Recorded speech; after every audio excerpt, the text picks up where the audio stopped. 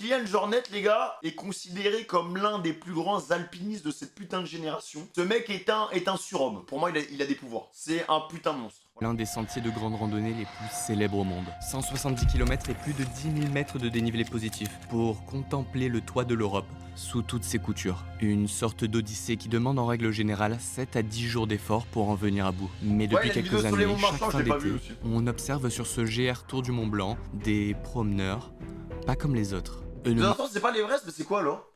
marchent pas. Ils courent. Eux ne mettent pas une semaine pour arriver à bout du sentier, mais à peine plus de 20 heures. Je vais tout. Ouais, tu vois, ça c'est une dinguerie quand même. Un humain normal, il met une semaine, et eux, ils mettent 20 heures.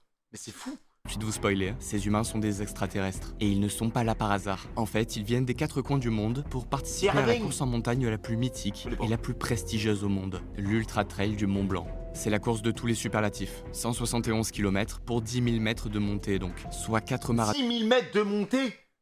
Oh putain, les cuisses. et 2 ascensions de l'Everest depuis le camp de base. Une folie. D'ailleurs, lorsque vous en prenez le départ, votre objectif... Voilà, attendez, les gars, il y a 2 ascensions de l'Everest depuis le départ. 2 ascensions de l'Everest depuis le camp de base. Une folie. D'ailleurs, lorsque vous en prenez le départ, votre objectif premier n'est pas de faire un temps.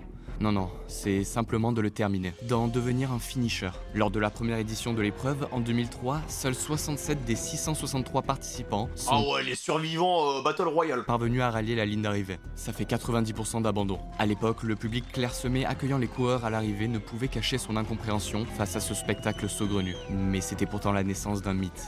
Puis les années ont passé, les participants ont augmenté, se sont aguerris et le taux d'abandon est redescendu à peine plus de 30%. En fait, l'UTMB, l'Ultra Trail du Mont Blanc, c'est la locomotive d'une discipline qui grandit à une vitesse folle, le trail, et de sa branche la plus difficile, l'Ultra Trail. Et depuis 10 ans, la discipline se professionnalise. Ce qui n'était encore qu'un simple hobby devient pour certains un travail, et des athlètes inconnus se transforment en stars admirées dans le monde entier pour leur endurance, leur résistance physique et leur force mentale hors du commun. Beaucoup sont français, une des nations majeures de l'Ultra Trail. Voilà, Cocorico, hein, baguette, le vent. Mais le plus connu est espagnol, ou plus précisément catalan. On le C'est quoi ça? surnomme l'Ultra Terrestre, et c'est mon chouchou. Mais en fait, c'est aussi le chouchou de quasiment tout le monde. What the fuck? C'est un peu l'élu. Ce prodige, c'est Kylian Jornet. Attends, mais ça va pas de courir là-dessus, là. Ça va pas de courir là-dessus. En plus, il court tellement vite.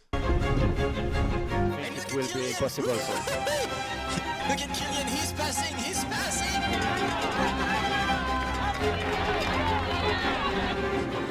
En fait, il est trop sûr de lui, tu vois. Imagine, tu sprints sur un flanc de montagne.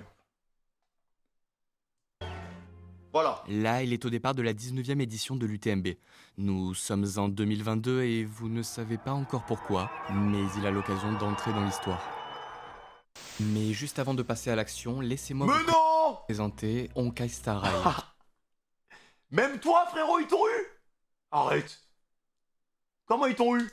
Mais il a l'occasion d'entrer dans l'histoire. N'hésitez surtout pas à vous connecter dans le show. Enfin, si vous êtes encore, merci à eux de collaborer avec la chaîne pour cette vidéo. Et de notre côté, on quitte les planètes pour revenir à la montagne. Mais il a l'occasion d'entrer dans l'histoire. Alors pour que vous compreniez bien ce qui se joue, je vais vous ramener un petit peu en arrière. Retour dans le passé de Kylian Jornet donc. Nous sommes dans les Pyrénées. À un peu plus de 2000 mètres d'altitude. C'est là, dans ce refuge, où son père en est le gardien, que grandit Kylian. Du coup, forcément, à 3 ans, l'enfant prodige gravit son premier sommet de 3000 mètres. Quoi? Mais la vie, moi, à 3 ans, je mangeais du caca en maternelle. Comment ça, à 3 ans, il monte 3400 mètres? 3 piges. Tu m'étonnes que le mec, ça soit un gigagote. Oh, par contre, le daron, il en a rien à foutre. Hein. Fallait apprendre sur le terrain. Hein.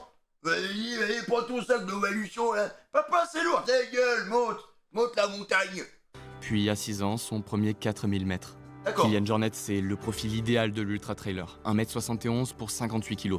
Un physique léger et Quoi? Ah oui, mais vraiment, il est comme ça, hein. compact. Un haut du corps sans muscles superflus, comprenez sans poids superflu. Et un bas du corps renforcé en mode rouleau compresseur, façonné pour la montagne depuis le plus jeune âge. Ah ouais. C'est aussi une endurance cardiaque exceptionnelle et des capacités pulmonaires surnaturelles. Sa VO2 max, c'est-à-dire la quantité maximale d'oxygène que son corps consomme, est autour de 90. Bon, si vous n'êtes pas expert, sachez juste que c'est phénoménal. Il pourrait Ah bon sans problème devenir un grand coureur de semi-fond. Mais ce que lui aime, c'est la montagne, l'altitude, l'endurance, et donc les sentiers. Et c'est en 2008. Il a pas de problème aux genoux, aux pieds, aux articulations, parce que moi, quand j'avais fait les 10 km tous les jours, là, pour mon challenge One Punch Man, la vie à la fin, mes genoux, ils dansaient la samba. Lors de Ils la faisaient de la musique, carrément. 5e édition de l'UTMB, que Kylian arrive dans ce nouveau monde de l'Ultra Trail. À ce moment-là, le Catalan a 20 ans, soit l'âge minimum légal pour participer à la compétition. D'ailleurs, cette année-là, il en est le Benjamin. C'est le premier ultra de sa carrière. Et à 20 ans, donc, Kylian va écraser tous les vieux loups de la discipline. T'as plus d'une heure d'avance, non? Non. Est-ce que mais pas encore? Il s'impose en il est au calme. 20h57, une heure de moins que le précédent vainqueur et deuxième chrono de l'histoire de la compétition. D'accord. En fait, la performance est tellement stratosphérique que le monde du trail n'y croit pas. Quelque chose ne tourne pas rond. Et Ils vont ce dire, ouais, il est dopé, il est dopé. sont des dizaines de coureurs qui portent réclamation. La suspicion est si grande que l'organisation préfère attendre le résultat des contrôles antidopage avant de lui décerner officiellement la victoire. Cette année-là, les habitués de l'UTMB croyaient avoir eu affaire à un tricheur. Mais ils comprendront très rapidement qu'il venait simplement d'observer les débuts du plus grand ultra-trailer de l'histoire du sport. Puis l'année suivante, en 2009, Jornet revient à Chamonix et s'impose une nouvelle fois. En 2010, il fait l'impasse, mais décide de revenir en 2011 et forcément l'emporte. 3e victoire, un record. En fait, il Ah, mais le semble cardio, plusieurs hein. crans au-dessus de tous les autres. Dès que Kylian participe à une course, c'est tout simplement une chance de victoire qui s'envole pour tous les autres. Mais bref, tout le monde attend Kylian en 2012 pour la passe de 4. Mais Kylian n'est pas là. Puis les années s'enchaînent et le Catalan ne revient toujours pas. À la place, il remporte presque toutes les autres courses auxquelles il participe et glane un à un les records de temps d'ascension. Non, mais ça me choque, les gars. Ah, franchement, hein, comment ne pas se chier dessus quand t'es sur une arête de montagne? Je me retrouve coincé là, la vie, je me mets en boule. J'espère que j'ai du réseau. Parce que là, une petite glissade, c'est fini, hein. Les sommets les plus connus au monde. La montagne, toujours 4 heures, 57 minutes et 40 secondes. C'est le temps qu'il a fallu au supersonique Kylian Jornet pour escalader le Mont Blanc et en redescendre. Le champion espagnol Quoi? Aller-retour? de ski alpinisme a battu ce matin le record d'ascension du plus haut sommet d'Europe. Une série de quêtes secondaires donc. Une Attends, sorte les gars, 4 heures. 4 heures aller-retour. Mont Blanc. Rien. Comme ça. Mais c'est une machine de guerre. d'exploration extrême et atypique de notre monde. Avant le grand retour, en 2017, presque 10 ans après sa première victoire. Est-ce que Ça, c'est le temps d'un live, hein. Entre-temps, C'est le tous temps les d'un autres live. ont pu apprendre et le plateau n'a jamais été aussi relevé. C'est Là, la course dites-vous qu'on est à 3 heures de live. Il est en redescente, là. Il est en train de faire la redescente, les gars. du siècle. Et à l'arrivée, hein, Monsieur Kylian Jornet Burgada, Il est au calme. oui, deuxième. Bon, c'est toujours un excellent résultat, mais Kylian n'a pas gagné, et c'est la première fois. Ah merde. Alors tout le monde le comprend, Kylian est humain, Kylian est prenable. Bon, en vérité, il vient aussi de tomber sur un autre extraterrestre, le Oula. français, également triple vainqueur de l'UTMB, François Daen.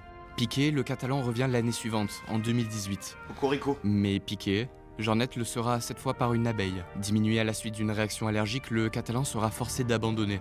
Attends, mec, tu montes le Mont Blanc en 4 heures aller-retour. Il y a une petite abeille. Non, mais c'est fou la vie quand même. Hein. T'as des capacités de malade. Counter par une abeille. Putain. De là à là. Et Ah, moi je résiste aux abeilles, hein. Ah, moi, il a pas de problème. Hein. Tu peux me faire même un serpent vipère, il a pas de problème. soudainement, c'est l'histoire parfaite entre l'UTMB et Kylian qui vient d'en prendre un coup. Puis les années suivantes, Jornet fait l'impasse sur la course, jusqu'à 2022. Nous sommes en début d'année, en février, et l'UTMB l'annonce en grande pompe. Kylian revient, le roi est de retour. Hi everybody, I'm Kylian Jornet and this year I'm coming back to UTMB. Depuis, François Daen a engrangé une nouvelle victoire, la 4e, mais il ne sera pas présent lors de l'édition 2022. Alors oui, Kylian n'est plus vraiment le roi, mais en gagnant, il a tout simplement l'occasion de récupérer sa couronne. Maintenant, retour au vendredi 26 août 2022. Il est 18h à Chamonix, place du Triangle de l'Amitié, au départ de la 19e édition de l'épreuve reine de l'UTMB. Beaucoup de grands noms de l'Ultra Trail sont là, mais surtout 2300 coureurs de 118 nationalités sont Oh, la course de fou. Hein. réunis pour une course d'anthologie. À ce moment-là, les rêves de toutes et tous sont encore permis, Car ensuite, entre bonheur et torture, la suite s'annonce dantesque. Il y a tellement de gens. Faudra pour la majorité des coureurs attendre près de 40 heures pour aller la ligne d'arrivée. Mais pour les meilleurs donc, pour Kylian et les autres que je vous présenterai bientôt, le rendez-vous est déjà pris pour dans environ 20 heures. 20 heures, c'est un nombre important, car personne n'a jamais réussi à faire moins sur le sentier complet. C'est un peu comme la barrière des 2 heures au marathon, et celle de l'UTMB. Non mais attends, mais 20 heures de course là? Mais ils dorment au moins ou ils font une pause ou... Il tient toujours. Alors pour les plus ambitieux, l'objectif c'est 20 heures. Quelques minutes de trop et ce sera sûrement la gagne qui s'envolera, mais quelques minutes de moins, et c'est l'assurance de rentrer dans l'histoire. Et c'est parti pour cette UTMB 2022 pour un tour autour du Mont Blanc en Oui, ils boivent passant encore nos heureux, voisins mais... italiens, suisses et un retour à Chamonix en France. On va faire une grande balade de 170 km, c'est un petit peu ça, parce que ça va être intéressant. Non mais parce qu'il faut se préparer quand même à se dire que déjà tu vas faire au moins 40 heures de course. Au moins 40 heures. Voilà, pendant 2 jours tu vas courir. Dès le début de comment se comportent les athlètes favoris. Dès le début, le rythme imprimé est très élevé. Sur les parties roulantes, on tourne autour des 18 km/h. Le début de course en ultra, c'est à double tranchant, car tout va encore bien. Et en fait, heureusement, les sensations sont bonnes, mais une allure trop élevée et c'est l'explosion à la mi-course. Il faut donc lutter contre soi-même pour parvenir à se canaliser. Ouais, Au faut début, il existe 2 économiser, stratégies quoi. principales. La première, c'est de jouer la course, s'adapter aux adversaires, essayer de suivre les bons wagons, ne pas laisser s'échapper les meilleurs. Et la deuxième, plus prudente, c'est de courir à l'allure cible, se tenir à son plan de course, à sa stratégie et respecter ses temps de passage, kilomètre après kilomètre. Maintenant, place un peu aux présentations. Lui devant, là, c'est l'Espagnol Pau Capel, et il fait son grand retour à Chamonix. Vainqueur en 2019, il est le détenteur du record de l'épreuve. D'ailleurs, Et chat, franchement, ça commence en mode shonen. Hein. À chaque fois, les storytellers comme Ego et tout ça, là, Combo et tout, à chaque fois, les gars, il y a toujours ce petit esprit shonen, présentation des persos, flashback. il avait terminé si proche de la barre des 20 heures qu'il avait décidé avec son sponsor The North Face de tenter un défi fou. Briser la mythique barrière hors course. Le projet avait pour nom de code Breaking 20, en référence au célèbre projet d'Eliud Kipchoge.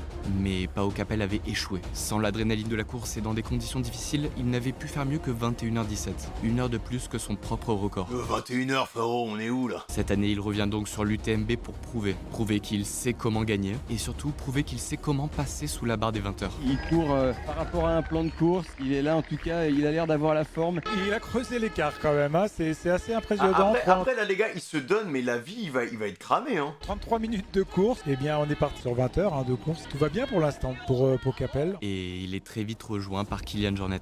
2 jours avant la course, le prodige catalan a effrayé tous les observateurs en annonçant sur Instagram avoir été testé positif au Covid. Jusqu'à quelques minutes du départ, il avait laissé planer le doute sur sa participation.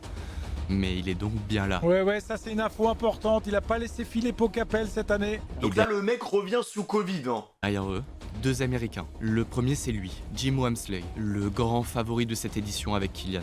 Déjà double vainqueur de la Western States et de plusieurs autres courses prestigieuses, il est le meilleur espoir de victoire masculine côté américain. Mais l'UTMB reste sa bête noire. We have received confirmation from the race organization that Jim Walmsley is officially out of the 2021 UTMB. Jim Walmsley, the superstar, another disappointment. C'est simple, il a abandonné 2 des 3 fois où il en a pris le départ. D'ailleurs, il a voulu mettre toutes les chances de son côté, en décidant de s'installer en France, dans le Beaufortin, sur les terres du quadruple vainqueur François Daen. Ah ouais, attends, le gars, vraiment la haine, quoi. Il n'y arrive jamais cette course. Et là, il s'installe en France pour essayer de vaincre ses démons, genre. Le deuxième, c'est Zach Miller. Lui aussi est maudit sur l'épreuve. 2 abandons en 2018 et 2019. Mais Alors, ça, pourquoi les ricains, ils abandonnent nos courses, en fait? On n'y arrive pas ou... alors, lui aussi, il a une revanche à prendre. Les deux ont un objectif, devenir le premier américain à remporter l'épreuve chez les hommes. Puis nos 4 premiers prétendants se rejoignent. Mais ce groupe ne durera pas longtemps car dès la sortie du premier ravitaillement, à Saint-Gervais, kilomètre 21, Jim Wamsley et Kylian Jornet reprennent la tête. Et ce n'est pas si étonnant. Car en écoutant les principaux observateurs du circuit, on comprend très vite que seul un homme peut tenir tête à Kylian, l'autre monstre de l'Ultra Trail, celui qui domine le continent américain mais qui peine encore à l'UTMB, Jim Wamsley. Kylian qui va rentrer sur Jim, donc le duel qu'on annonçait, Jim Wamsley, Kylian Jornet, a bien lieu et ça nous promet une course vraiment palpitante. Mais les mecs sont quand même là à filmer pendant 40 heures, les refs. difficultés n'ont pas vraiment commencé. Nous ne sommes qu'au kilomètre 35, à Notre-Dame de la Gorge. C'est là que l'on quitte la vallée pour une nouvelle ascension, le col de la Seigne, symbolique passage de la France vers l'Italie. C'est là que l'on quitte la foule aussi. Mais surtout, c'est là que l'on célèbre l'entrée dans l'un des passages les plus difficiles et importants de la course, la nuit noire. La Et nuit noire. c'est donc le moment pour nous de quitter la lumière pour Oi, oi, oi. s'enfoncer dans la pénombre. Lampe torche. Pour tous, il s'agit de raccrocher un wagon pour ne pas rester seul dans l'obscurité. Car la nuit, tout est différent. La température baisse, le bruit laisse place au silence. Par contre, ça doit être incroyable de courir le soir comme ça. Et il faut gérer la solitude. Mais surtout, c'est le moment où votre corps vous demande de vous reposer. Et si les amateurs peuvent s'offrir quelques heures de sommeil, pour nos prétendants à la victoire finale, pas question de dormir. Pour se préparer à cette privation, beaucoup ont augmenté la durée de leur nuit ou ont accumulé les siestes les jours précédents. Mais rien ne peut compenser le manque de sommeil pendant l'épreuve. Les muscles se fatiguent alors plus vite. Les risques de perte d'équilibre ou de chute s'accentuent. Et des hallucinations peuvent parfois se manifester. What the En fuck? fait, la nuit, c'est une sorte de juge de paix. C'est là que les premiers gros écarts entre favoris peuvent se créer. Et à l'approche de cette nuit, donc, Kilian Jornet et Jim Walmsley sont toujours devant. Derrière, un petit groupe se forme. Après là, ça va, les gars, il y a des anneaux et tout. T'as Miller, l'impression que t'es en boîte de nuit. Pao Capel et Tom Evans, dont je ne vous ai pas encore parlé. Ancien militaire et coureur de fond, il est revenu de blessure cette année et a remporté 2 ultras de moyenne distance. Enfin, moyenne, vous voyez ce que je veux dire. Ah oui, d'accord. Mais bref, il lui 60 faut maintenant kilomètres. prouver qu'il peut exister sur 170 km. Et juste derrière, on retrouve un Français. Enfin. Donc là, oui, ça doit être Mathieu Blanchard qu'on voit, vous voyez, avec le short rouge. Oui, je sais, je vous avais dit en intro que les Français étaient forts sur l'ultra. Mais pourtant, sur cette course, je n'en ai encore évoqué aucun. En fait, les cadors de la discipline ne sont pas là. François Daen, le quadruple vainqueur, a préféré se concentrer sur la hard rock et la diagonale des fous, 2 autres courses mythiques. Et D'accord. Xavier Thévenard, autre légende du sport, est diminué par des problèmes de santé. Alors cette année, pas de favori chez nos Français. Mais rassurez-vous, nous avons donc un gros outsider. C'est Mathieu Blanchard. Il a commencé la course à pied à 26 ans, puis il a progressé à une vitesse folle et s'est très vite orienté vers le trail. 3e l'an passé à l'UTMB, il fait encore partie de ceux qui cumulent un travail classique à côté de leur carrière d'ultra. Ah oui, d'accord. Cette année, il a décidé de faire un début de course prudent C'est même et pas de son respecter taf. son plan de course. Puis après le 30e kilomètre, il a commencé à augmenter l'allure. Bon, pour l'instant, il est encore derrière, à quelques minutes de la tête de course. Mais il a en mémoire une chose, la remontada de Ludovic Pomeray lors de l'édition 2016. 50e avec un retard de 45 minutes sur la tête de course au début de la nuit. Et proche de l'abandon, il avait fini par rattraper les coureurs les uns après les autres, prenant finalement la tête à 25 km de l'arrivée pour s'imposer. Alors, J'avoue qu'il faut en faire un animé, les gars. Blanchard Il y a le un truc sait, à faire, un mais ultra ça doit déjà exister, je pense. assez long. Certes, il a un peu de retard, mais il lui reste du temps. En plus, il a de bonnes jambes, alors le podium est encore jouable. Et puis, lui a également un autre objectif dans un coin de la tête, la gagne. Vers minuit, les leaders passent le col de la Seigne, passage symbolique vers l'Italie. 1 heure plus tard, le long du lac Combal, Jim Walmsley profite de la partie roulante pour tenter de creuser l'écart. Puis Franchement, vers ça m'a donné envie de... Bon, j'y arriverai jamais, hein, mais ça me donne envie de courir un peu, parce que au moins, quand tu fais des petits running, tu vois du paysage, tu vois des arbres, tu vois des trucs. Bon, courir le soir, tu dois rien voir, mais... 2 heures, c'est l'arrivée à Courmayeur, lieu du second ravitaillement avec assistance autorisée. Kilian Jornet, 1 minute 15 après Jim. 1 minute 15 after Jim coming in into the aid station. Ah, Et c'est le ravitaillement. moment pour moi de vous parler un petit peu plus en détail de ces ravitaux. En fait, en course, que ce ça, soit c'est sur route incroyable. ou sur sentier, plus la distance s'allonge, plus ils deviennent un facteur de performance capital, physiquement et moralement. En fait, le ravito, c'est un court moment, situé dans des zones précises, où il faut faire le plein de force. La plupart doivent être réalisés en autonomie par le coureur, avec des produits fournis par l'organisation. Mais vous venez de le voir, quelques-uns dérogent à la règle et autorisent une assistance. Alors bien sûr, cette D'accord. assistance, c'est l'occasion pour l'athlète de se décharger d'un poids, celui de remplir lui-même ses gourdes, celui de chercher lui-même la bonne quantité d'aliments à emporter, et plus globalement, celui de gérer le temps de pause. Car si l'on ne peut pas gagner du temps en course, alors le ravito peut s'écourter pour permettre de rattraper du temps. Oh, la Mais flemme de bouffer vite, hein. Mec, imagine, t'arrives jusqu'ici, t'es dans les premiers, il y a un giga burger ou une giga pizza. Oh là là, mais elles sont bonnes, tu sais. Elle te parle carrément, elle te dit, mec, vas-y, mets-moi dans ta bouche. Mets-moi dans ta bouche, frère. Tu vas kiffer et tout. Il te reste pas beaucoup de kilomètres, vas-y. La vie, je la tape.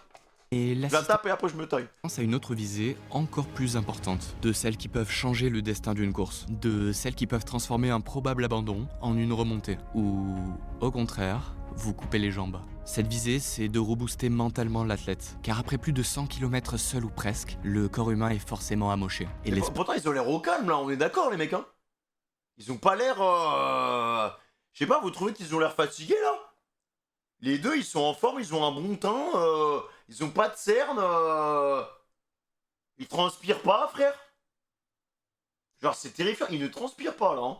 Pris aussi. Et ce qui nous maintient alors, c'est la tête. Alors, voir une personne de confiance, c'est plus qu'un soulagement. C'est un potentiel transfert d'énergie, via la parole, via le toucher ou le regard. Une sorte de magie qui peut être à double tranchant. Car lorsque l'on arrive au ravito et que l'on se plonge dans les yeux de son assistance, c'est un miroir de notre propre condition que l'on fixe. Si le regard est inquiet, choqué des séquelles qu'aura déjà laissé plusieurs heures de course sur le visage, alors l'athlète peut le voir, prendre conscience de sa condition. Et là, c'est la catastrophe. Mais bref, la nuit touche à sa fin. Les coureurs ont passé le plus haut sommet du parcours, le Grand Col Ferré, à 2537 mètres d'altitude. Et En fait, la question que je me pose, les mecs, c'est que, de toute façon, on devrait tous être comme ça, en fait. Ça se trouve, parce qu'à l'époque, les hommes des cavernes et tout, ils faisaient des distances de malades, hein. Même au Moyen-Âge et tout, il y avait plein de paysans et les mecs, ils faisaient des distances de fous, genre. Tous faisaient quasiment à pied ou à cheval.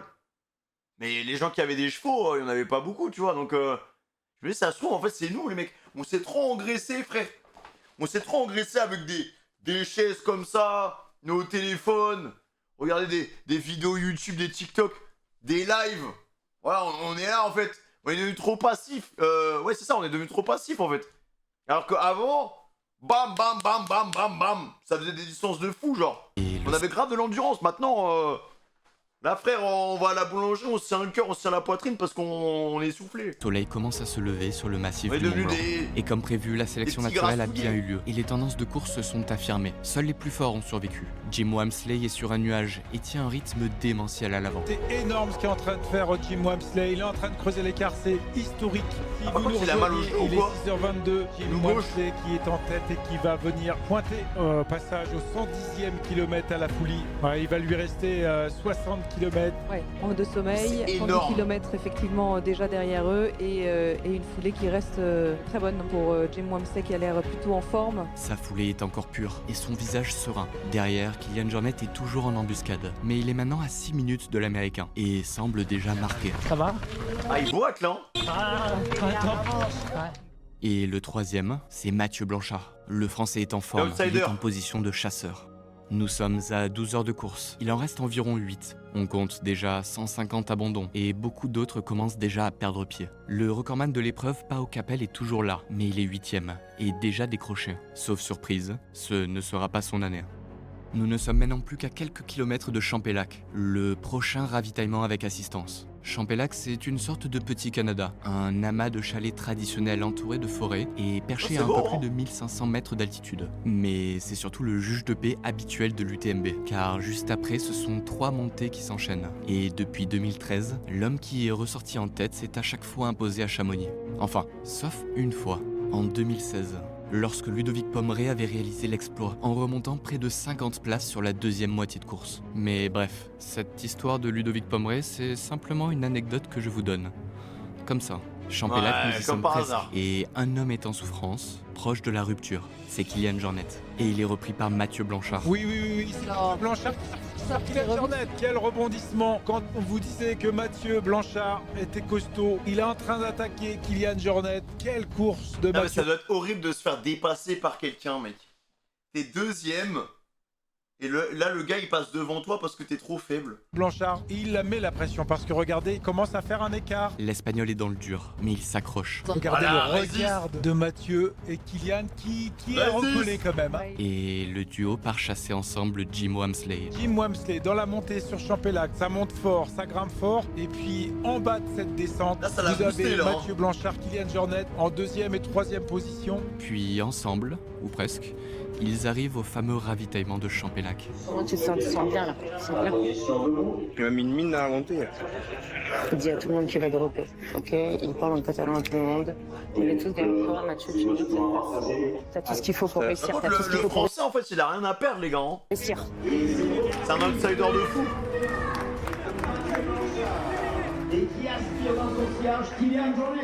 Jim Wamsley était lui arrivé quelques minutes plus tôt, Mais quelque chose cloche chez l'Américain. Il ne s'est que très peu alimenté. Gotta keep eating, okay? Il a tombé dans les pommes ou quoi? Okay. I'm drinking, but Okay. Alright, it's okay. They're 15 minutes behind you. Matthew Blanchard strong and got the Killian. Killian's not feeling it. Let's try and regroup, okay? Jim Wamsley est arrivé à Champélac avec près de 14 minutes d'avance sur ses deux C'est poursuivants. énorme en vrai, Mais hein. pourtant, seulement 1 heure plus tard, et alors que les caméras de l'organisation avaient perdu la trace des hommes de tête dans la forêt, seuls Kilian Jornet et Mathieu Blanchard en ressortent. Vous lui avez fait quoi dans la forêt, les gars? Ils l'ont tabassé ou quoi? Il est où l'Américain là? Nous sommes dans la montée de Bovine, et tout le monde se pose alors la même question. Où est donc Jim Wamsley? Et là, on a un aperçu sur il a l'alpage de disparu, Bovine. On a vu tout à l'heure Kilian Jornet, on a vu Mathieu Blanchard. On devine un coureur qui a l'air de peiner et c'est peut-être Jim Wamsley. Oh non, son corps a lâché. Incroyable. Oh là là là là là là, ce qui est en train de se Incroyable. Pour Son Jim corps a lâché, les gars. Wamsley, c'est la catastrophe. Un 3e craquage à l'UTMB. Épuisé, sans énergie, il n'avance plus. Donc là, les douleurs sont quasi indescriptibles. On est sur un épuisement musculaire. C'est même difficile de garder l'équilibre. On tangue à droite à gauche. On a juste une seule envie, c'est s'allonger par terre. Et là, il faut trouver les ressources ailleurs. Seul dans la montagne, il lui faut maintenant reprendre ses esprits au plus vite pour garder ses chances de victoire ou à minima conserver sa 3e place. Aïe, aïe, Devant aïe, donc, aïe, aïe, la donne aïe. a changé. Ils ne sont plus que 2. Mathieu C'est pour ça Blanchard. faut avoir une bonne stratégie, faut pas trop forcer, tu vois.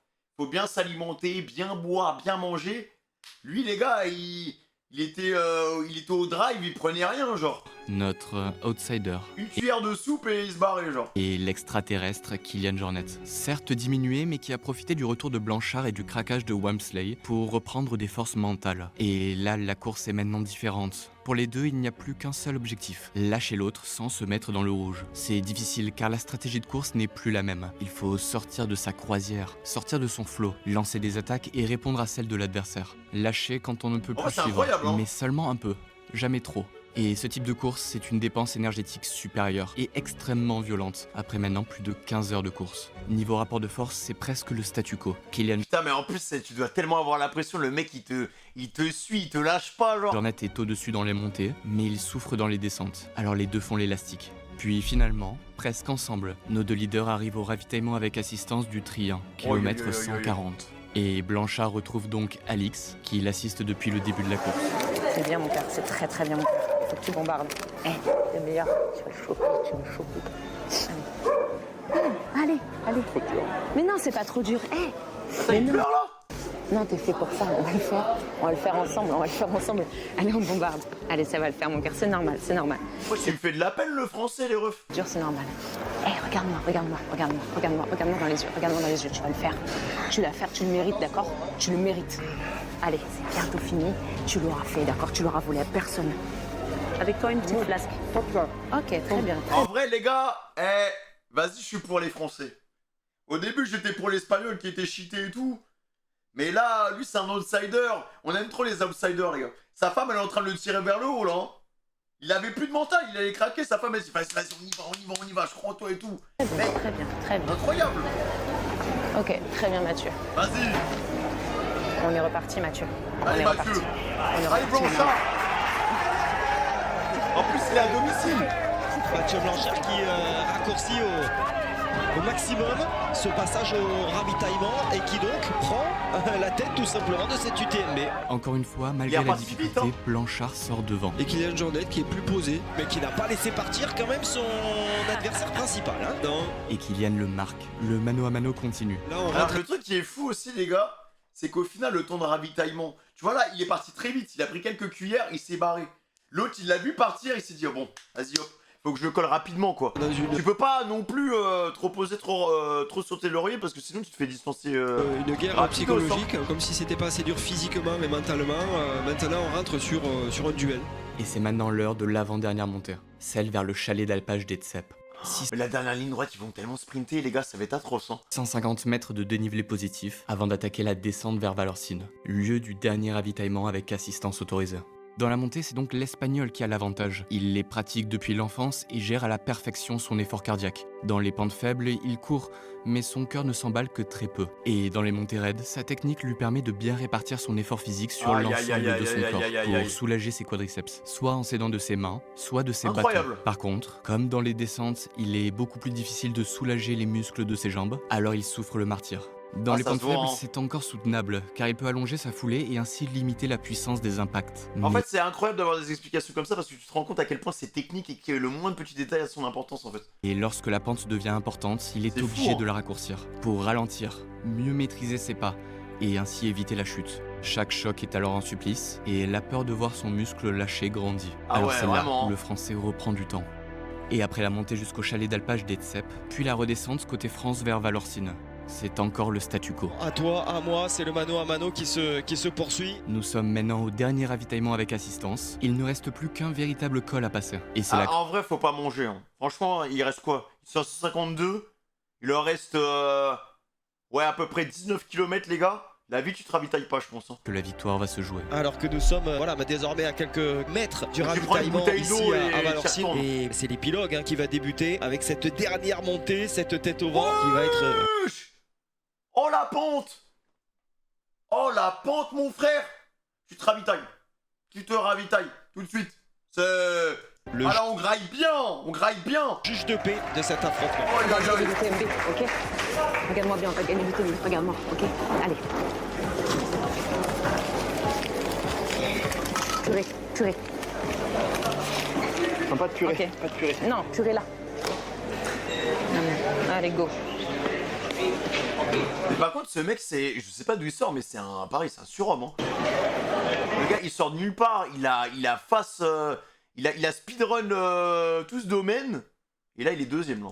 Enfin, premier, deuxième. Il y a Roger, il y a tout le monde. Ok, c'est bon, il y a tout ce qu'il faut. Donc, deux gels, c'est dit. Ok, c'est bon. Il y en a plus que 2. On y va. Par contre, sa femme, elle est exceptionnelle. Hein. Si elle n'avait pas été là, je sais pas, il aurait pas été aussi loin, je pense. Merci, Nathan. Tu vas gagner le TMB, Roger. Tu vas le faire, tu vas gagner le TMB, tu vas le faire.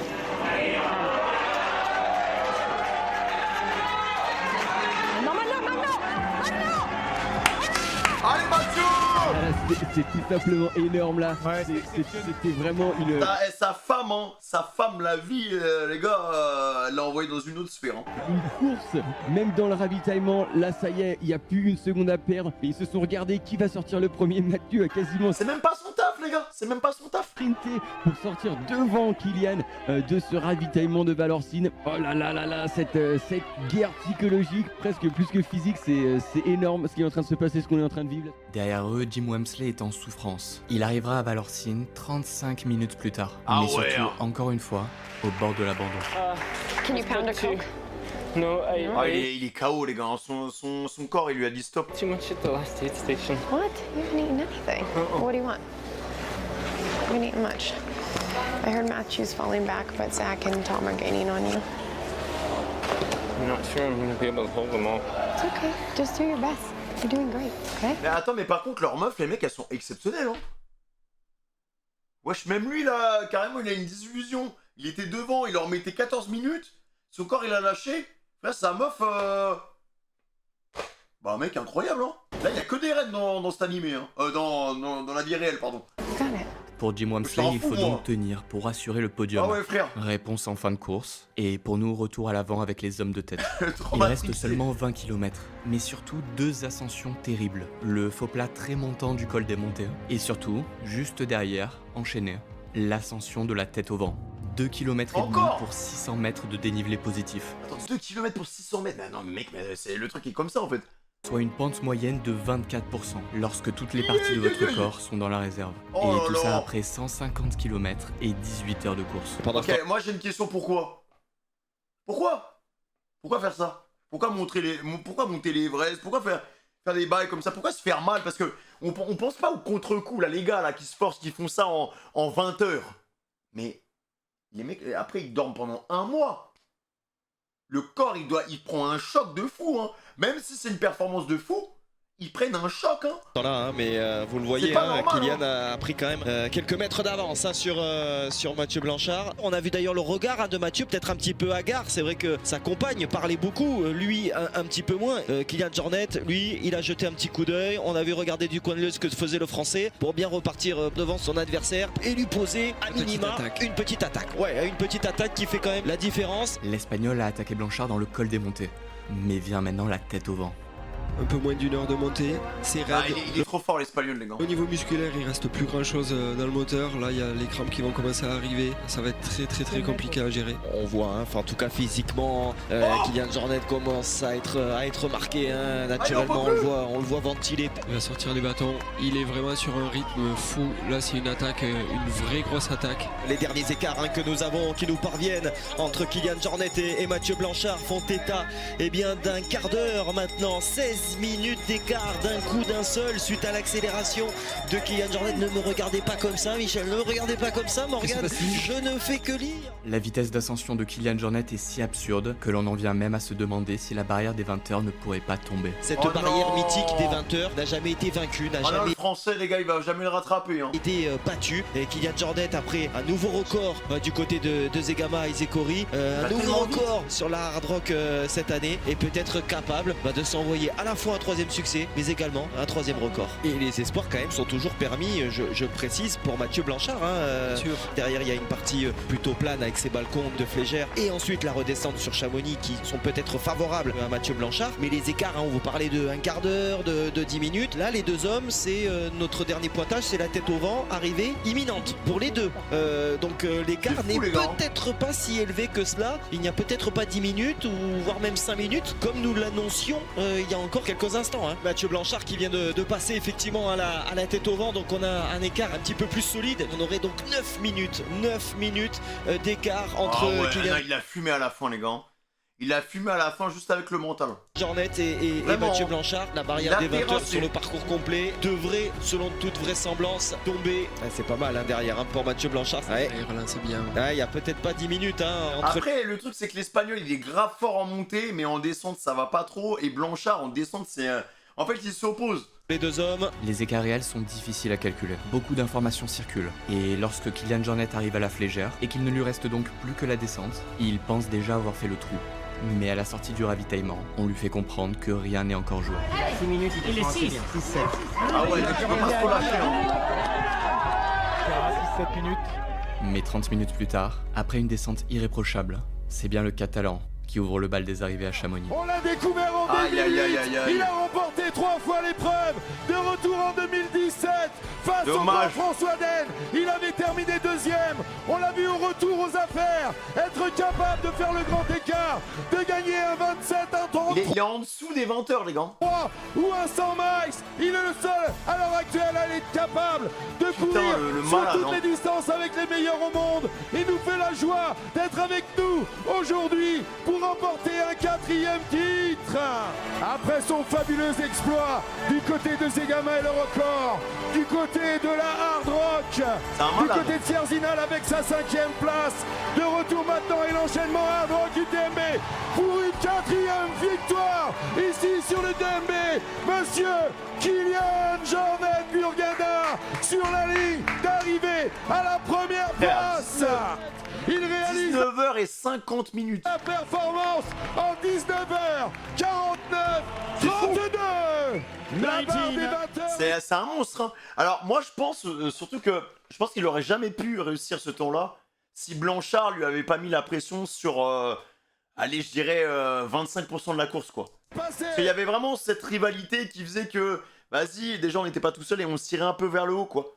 C'est un coup à toi, un coup à moi, et après il y a eu un moment de rupture. Il y a eu un moment de rupture sur la pente finale, et c'est là que l'expérience a certainement joué, parce que l'outsider, ça fait pas super longtemps qu'il est dans le game non plus, les gars. 6 participations à l'UTMB, une 2e place, une piqûre d'abeille, mais surtout 4 victoires et maintenant un record. 19h, 49 minutes Incroyable. et 32 secondes. 30 minutes de moins que le record de 2019 de Pau Capel. Et surtout, donc, moins de 20 heures. Encore une fois, Kilian Jornet vient de montrer qu'il était le plus fort, qu'il était la tête de gondole de cette discipline folle. Le duel attendu avec Jim Walmsley aura bien eu lieu, mais au final... Mais là comment tu fais pour récupérer d'un truc comme ça? C'est un autre homme qui aura tenté de jouer les troubles faits jusqu'au bout. Fini à fond. Ah, il va aller, moi j'applaudis les gars. aller chercher, hein, c'est moins de 20 heures. Je connaissais pas cette discipline, c'est incroyable. Lui aussi va casser cette barrière mythique. Bien joué Blanchard. Après sa troisième place de 2021. Le voici donc dauphin tous les 20 heures Kilian non Jornet. 19h, 54 minutes et 50 secondes. Bravo. Un autre extraterrestre sous la barrière des 20 heures. Et c'est ça fait pas longtemps qu'il est dans le game, hein. Ça fait pas longtemps qu'il est dans le game et il a éclaté tous les records. tout un symbole que ce soit Mathieu Blanchard qui le talonne. Car bien qu'ayant le même âge que l'Espagnol, il incarne cette nouvelle génération d'ultra-trailers. Arrivé sur le tard, il est la preuve que cette discipline se professionnalise et se développe à une vitesse folle. Entraînement, hydratation, nutrition, ravitaillement et mental. Chaque année, les limites de tous les facteurs de performance en ultra-trail sont repoussées. Et c'était peut-être l'année à regarder quoi. Les deux ont pulvérisé le record. Une chose est sûre, ce n'est que le début.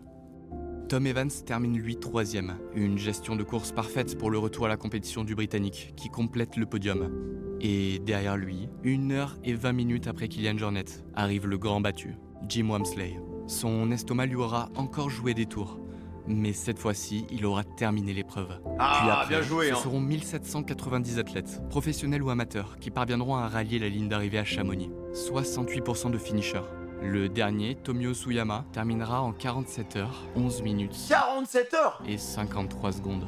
Après avoir pris le départ vendredi à 18h, il sera donc arrivé dimanche, presque à la même heure, après 3 jours et 2 nuits d'efforts. Et là, c'est à se demander pourquoi ces hommes et ces femmes décident de s'infliger ça. Pour l'aventure, pour ce contact si particulier avec la nature, pour le dépassement de soi forcément. Mais je pense qu'il est difficile d'en comprendre totalement la raison, tant que l'on n'a pas couru un ultra. Car la montagne russe d'émotions par laquelle un athlète peut passer ne peut pas vraiment se décrire. Il faut la vivre. Et ce sentiment, il n'y a que peu de doute. Tous ces finishers s'en souviendront pour le restant de leur vie. Et bah franchement les gars, Fatch, allez vous abonner à sa chaîne YouTube. C'est le ego du sport les mecs. C'est le ego du sport. Franchement, j'aime trop les vidéos narratives comme ça. En fait avec ce genre de format, tu découvres des disciplines les gars. Tu découvres ce truc là. Bon, je connaissais, tu vois, mais je me suis jamais intéressé. Je me suis jamais intéressé à ce genre de truc. Et là, la vie, j'étais pris dans le truc. J'étais pris dans le truc. Ils sont trop forts. Ils sont trop forts. Nous, on est là, on est... Ah ouais, j'ai honte d'être essoufflé. Je cours 10 km, j'ai mal aux genoux. Mais eux, c'est des malades, hein. C'est des malades, les gars, vraiment. C'est fou, incroyable. Juste incroyable. Donc, trop fort, les gars. Franchement. C'est dommage qu'il n'ait pas gagné. Mais vas-y, hein, peut-être qu'un jour il y aura un mec qui va faire en dessous des 10 heures.